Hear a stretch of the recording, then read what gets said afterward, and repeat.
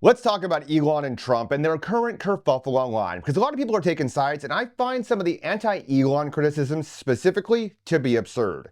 Was Doge a success? Absolutely not. Did they make mistakes? Obviously. But let's take a step back for a moment and remind ourselves that Doge never should have existed in the first place. If the Republican Party gave two shits about fiscal responsibility and accountable government, they'd have been listening to Thomas Massey, Rand Paul, and Rand's dad Ron before him going back decades.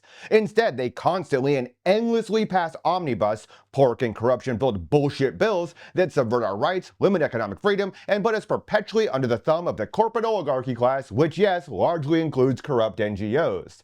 As an example, nobody would have needed Elon to show the people how corrupt USAID is if Congress actually cared or knew what they were funding, and the president, including Trump, knew what his pen was signing into law. Doge never should have existed, and Elon should have stuck to making cars, rockets, and not of flamethrowers, instead of getting caught up in the lies and pictures of also lies that dominate Washington, D.C. For all their big, beautiful bluster leading up to the election, the House and Senate Republicans knew that things would be business as usual, and Trump was fine with it. Otherwise, he would have demanded that reasonable bills of readable lengths were put on his desk, and of course, he chose the status quo instead.